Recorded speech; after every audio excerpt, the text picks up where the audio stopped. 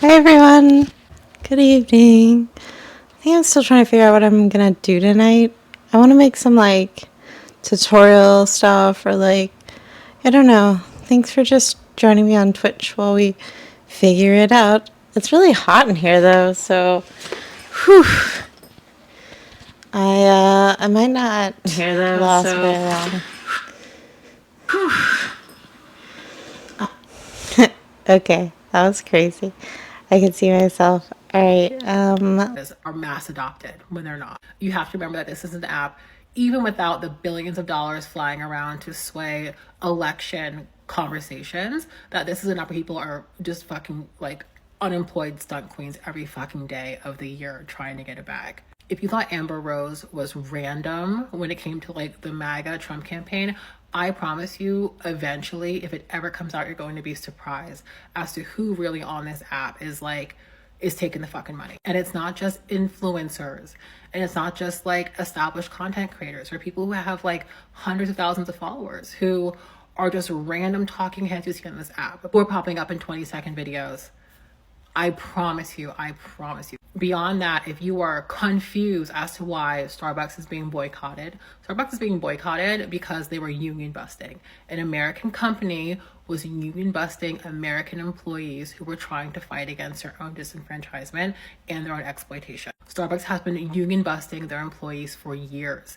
It wasn't until, though, that union with creative that kind of looks like Starbucks' own logo posted their support for Palestine that Starbucks stepped in and sued that union. The revenge you think you're getting for buying a fucking Frappuccino or pumpkin spice latte has nothing to do with the Palestinian people and everything to do with American employees being exploited and targeted by an American corporation. Your karma is your own exploitation in America by an American company as an American. Even trying to frame up some of that shit that I'm seeing as nouveau black liberation movement. You guys, like I said in my last video as well, the CIA's work is done on you. You guys wouldn't recognize Fred Hampton or Huey or James Baldwin if that shit hit you in the face. The work is done. All it took was a couple TikTok stunt queens and a couple thousand bots for you guys to fall into your place in the capitalism machine to repower up a company that doesn't give a fuck about American employees. Thinking you're coming up. You will not come up using the white supremacist handbook because you are not white in America. And thinking you can take back your power by restarting your place in the consumer class. Cut it the fuck out immediately. That's it. That's as gentle as you're gonna get from me. I get what you're saying. I agree with you about the blue bracelet. And I don't think that this is honestly the most gentle way that you could put it to white women. I'm not saying that these white women deserve your gentleness. I'm not saying that your anger isn't super valid. But if we really, as white women, are going to be doing call-ins and helping other white women see the error in their ways and help them change, I think that we do need to be more gentle. Honestly, I think you would have been more effective by simply explaining why the blue bracelet would not be a good signifier of safety to Black women and other people of color than to be reprimanding. I think you really win more flies with honey, If I'm understanding it correctly, the point of your video is that the blue bracelets are performative and not actually having any useful impact. And I think the same could be said for the way that you're trying to call white women in. To me, the affect in your video feels more like virtue signaling to the people that you already agree with versus actually winning over people that might not understand. I hope you know that this video really is a call-in. I'm not trying to criticize you or give you any unwanted attention. For what it's worth, I also get lost in the frustration sometimes, and there are definitely videos on my profile right now that are more snarky than they need to be. And I think it's really important that we as white women, when we talk about calling other white women in, we're focused on the effectiveness of the strategy and not being stuck in whatever valid anger, frustration, annoyance, disappointment there might be. Because inherently, that's an incredible privilege to be able to bring our anger to other white women without severe consequences. And I think the best way that we exercise that privilege is actively choosing not to fall into that trap. Have you seen this tweet? Haha, what a wicked and ironic comment, bro. Now try saying something true and beautiful. I think about this at least once a day. I think making something true and beautiful is the hardest thing that an artist can do. I think that this series is something true and beautiful. I cannot recommend The Forest Jar enough. I think y'all should go watch this.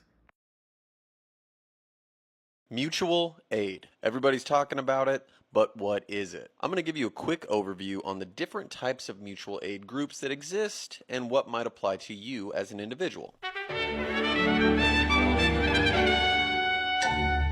There is food distribution mutual aid. These are community kitchens and free meal programs. It could be grocery deliveries to the elderly or to disabled folks, or food sharing programs like community fridges. There is housing and shelter mutual aid. This can be offering shelter or housing assistance to displaced individuals. It can be crowdsourcing funds for rent and utilities, or it could be something like organizing housing cooperatives or shared spaces. There's healthcare mutual aid. This could be distributing first aid supplies, medications, or other health-related resources. It could be offering free clinics or medical advice from volunteers like nurses or doctors, or mental health support, including therapy sessions or community-led wellness initiatives. There is childcare and education mutual aid. This could be community-led childcare or babysitting cooperatives, organizing educational workshops, tutoring sessions, or skill sharing. It could even be creating free school supply drives or communal homeschooling programs. Then there's financial aid and fundraising mutual aid. This is like crowdfunding for medical bills, rent, utilities, things like that. It could be about establishing community funds for like relief needs, or even small interest-free loans or grants for community members in need. There's also legal support and advocacy mutual aid. This could be offering free pro bono legal representation, assisting with bail funds for individuals in the criminal justice system, or even providing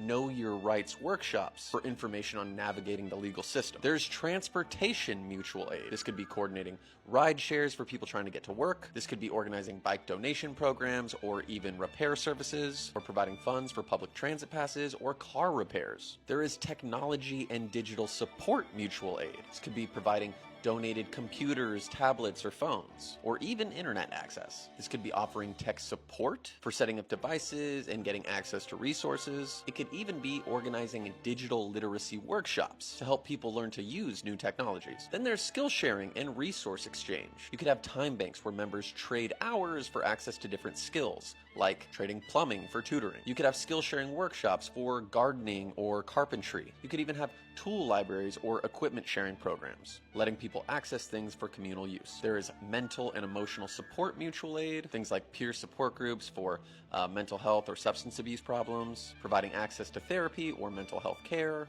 often to things like sliding scales or volunteer services, or even organizing mental health awareness workshops. There's the all-important community defense and safety programs. The Black Panthers did this particular thing very well. This could be organizing community watches and patrols, allowing us to keep our neighborhood safe and not the police, or keeping ourselves safe from the police. This could be providing physical and emotional protections for vulnerable individuals, women, LGBTQ plus folks, or immigrants. This could be even offering de-escalation training or conflict mediation services. There's harm reduction mutual aid. This could be distributing clean needles or overdose medication. It could be providing education for safer drug use or offering support for addiction recovery. There's also environmental and sustainability mutual aid, things like seed sharing programs or community gardens, setting up recycling and compost initiatives, or educating your local community on sustainable living practices. The point in understanding mutual aid here is that it is on us to save ourselves. The Democrats are not going to do it,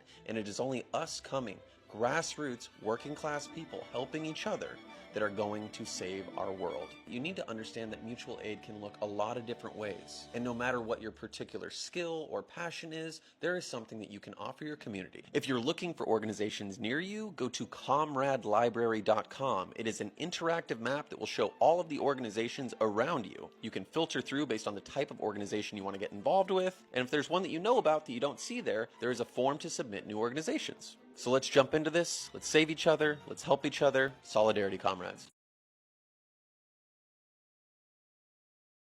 See how me do me makeup for Do Thing for Barry? Very demure, very mindful. Me no go to Do Thing for Barry with green cut crease on eye. Me no look like person who entertain with large red ball on nose. Me no do much that too. Me very mindful while me do thing for Barry. See how me look like me can be present to world? Way me come to meet where person decide if I do thing for get Barry is way me go do thing for Barry. Many girl go to meet where person decide if you do thing for get berry look like woman with tall hair that blue. And go to do thing for berry look like two sister that do smoke and have iguana. Note demure. Me very modest, me very mindful. You see me clothe? Only small chi-chi you see, no me cho-cho. Be mindful why person decide if you do thing for berry. Here you square tablet that show what real diva. What name you want me put that receive that real.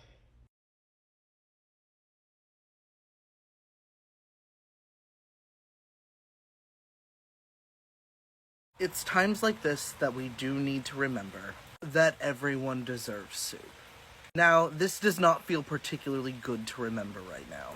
Especially when we've come to the conclusion that half of this country would gladly snatch our bowl of soup out from in front of us.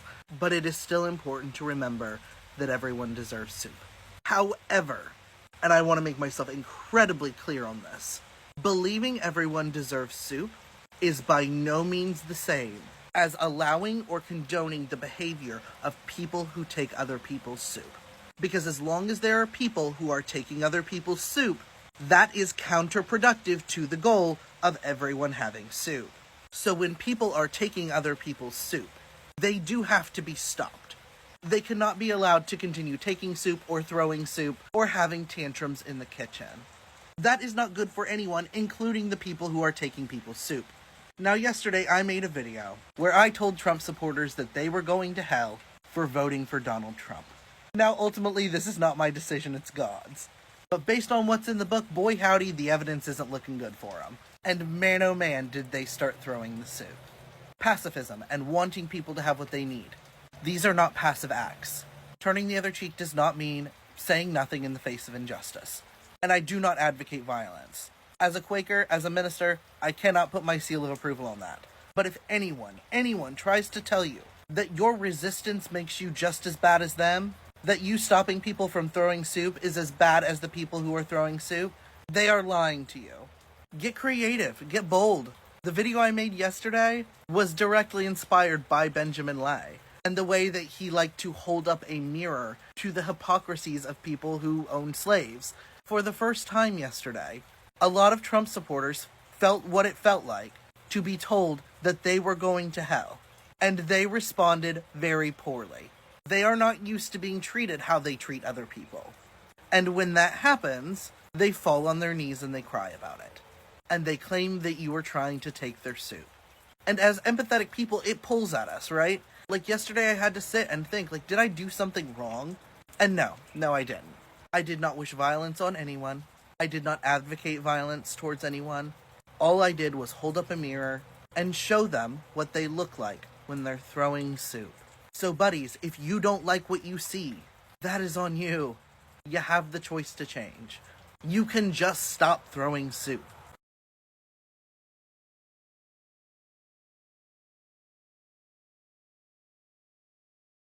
I don't know who needs to hear this, but I'm sure someone does. If you have to be quiet about your core beliefs so that you are safe mentally, physically, financially, you're not a coward. If you don't feel like you can stand up for what you believe in, because it will risk putting food on your table, it will take away the only support people that you have in your life, or it could lead to you relapsing in your sobriety, in your mental health, or in your healing, you do not need to feel shame over that. You have to be able to take care of yourself. Sometimes self-preservation wins so that you can show up in other ways. And there are a lot of ways to show up that don't require you being loud. Do what you can with what you have in the capacity that you can do it. Sometimes that's being loud, and sometimes that's being quiet. Sometimes the harder and more brave thing for individuals is to be quiet. And there is no shame in that. Keep being good and showing up in the ways that you can, and stay safe, physically and mentally. Okay, y'all, it's time for me to hurt your feelings. And I believe if this is on your For You page, it came across it for a reason. And you might not have the capacity to hear what I'm about to say. And so if you are already feeling reactive, please save this for later or follow me. I do Hurt Your Feelings talks every day. But like this one is going to require you to take a breath and like presence yourself for a second, okay? Dysregulation and the perception of threat against ourselves makes us self-absorbed. When our bodies experience threat, we stop thinking about everybody else. It's like if we were in the woods and a bear started chasing us, right? It makes sense that our nervous systems go, I'm going to cut myself off to curiosity right now because I can't wonder what that flower is that I'm passing while I'm running away from this bear. I need to put all my resources into getting away from the bear. A lot of y'all are feeling very, very, very triggered and very activated by what has happened over the last 72 hours. And in that activation and in that triggering, you have become self-absorbed. And I am not judging you, okay? Because when I get triggered, I get self-absorbed. And I have had to do a lot of work as somebody who talks to millions of people. I have had to do a lot of work to make sure that the messages that I put on here are not self-absorbed. I am a multiracial woman with a non-binary child. And I have been on this app and in the spaces that my clients pay for me to hold them in. And I have been doing a lot of emotional labor. I have been coming in and helping tens of thousands of people regulate their nervous systems, come back to a state of curiosity, come back to a state of less. FYP is crazy right now. On one hand, you pretend you have the moral high ground, but you put that man's finger on the meat of your butt. That man doesn't believe in climate change. This woman is not happy she's sitting next to a Trump supporter. Watch how her failure to settle down leaves her regretting her choices. She has called me names and insulted me just for sitting down in the seat saying that I came here to celebrate today. Is there going to be a problem? I would like for him to change seats with someone. No, I'm going to get somebody. Well, you don't have that right. So I will get somebody to come and talk. You pretend you have the moral high ground, but you put that man's finger on the meat of your butt. That man doesn't believe in climate change. Do you believe in gravity? Did you know gravity is just a theory? You grab your belongings when you come. Right. We're gonna have to take you off this plane. We're gonna have to take you off this plane right now. Can you grab your belongings and come with me, please? Please. Can you grab your belongings and come with me? No. I paid for this seat and I'm sitting. Despite her disruptive nature, she believes she's done no wrong and refuses to leave. He is in my space. She's causing hostilities. We need to do one of two ways right now. I need you to grab your belongings and come with me. Or I can escort her off the plane with our transportation police. I'm going home now. My mother-in-law, his mother, died. He had to be here. I'm going home. There is no way I'm getting off this plane. Not issues on this plane, and you are causing a lot of issues right now, unfortunately. Fine, I'll be quiet. I'll just do it. You're not going to be allowed to leave this plane. I'm not going to allow that either, unfortunately. I've talked to Catherine. Catherine wants to go? Okay. So at this point, Catherine wants you off as well. I'm going to have to actually grab your belongings and come. My husband lost his mother. Have some respect. And I'm terribly sorry for that, but that does not give you the right to treat me the way you treat me. What if we trade seats and she quiets down? How would that be? Really, at this point, the captain has already made the call. It's no longer... Maybe here. Captain doesn't know his job. What y'all say. Let's try that. Please ask him again if we settle down, is that going to be okay? Even after the husband's offer to trade seats, it's a little too late for this couple, and the two were swiftly escorted off the plane. Excuse me, ma'am. Can you grab your belongings when you come? Right. We're going to have to take you off this plane. I agree with you, but how are you going to hold white men accountable? With what coalition? Everyone is so divided. How can you form a coalition to hold the true people in power accountable? Everybody has to relinquish their pride and come together. That's not meaning that you have to buy into the right-wing rhetoric and allow them to bury the history of the Black community. The only way that we will all see justice is if the marginalized people are put in power, if they're able to regain their power. And the only way that that is going to happen is if we come together like the Black Panthers were trying to do. That's the reason why they were dismantled, is because they had true power. They had true solidarity among even their enemies. My fellow cis ladies, here's 3 transphobic arguments I want you to know now so you don't fall for them later, because this is the hot topic gateway into conservatism for women. Just to be clear, it's the Nazi kind of conservatism as well. Remember, divide and conquer is the name of the game, so don't be divided. First thing transphobes are is they're gender essentialists. So they will tell you men are inherently bad and evil and it's in their DNA, and women by contrast are good and fragile and precious. And it's the same logic as like, oh, women are more sensitive and nurturing, which is why they should stay at home. It's bullshit, because women are not inherently anything. Women are human beings with free will, and idolization is just dehumanization with better PR. I, as a woman, have capacity for evil, which makes my choice to be good that much more important. Number 2 thing, and you will notice if you listen to TERFs long enough, is that they hate being women. They have a lot of internalized misogyny. They think being a woman is about pain and suffering. The attitude that women are predestined to suffer and men are predestined to make us suffer is a very defeatist attitude. It means that you can never see a future without misogyny in it. And the number 3 thing, and this is the stupidest argument, they will tell you that cis men are pretending to be trans women to go into women's bathrooms. Men just simply don't need to do all of that. This is stranger danger rhetoric. Johnny on the fence, and upon my word, that awkward kid dropped his pitchfork like I did. Ta-ra-ra, boom, yay! It made a noise that way, and part of that machine hit Reuben on the beam. He cried, oh me, oh my, I'm nearly lost an eye. My partner said, that's right, it's bedtime now.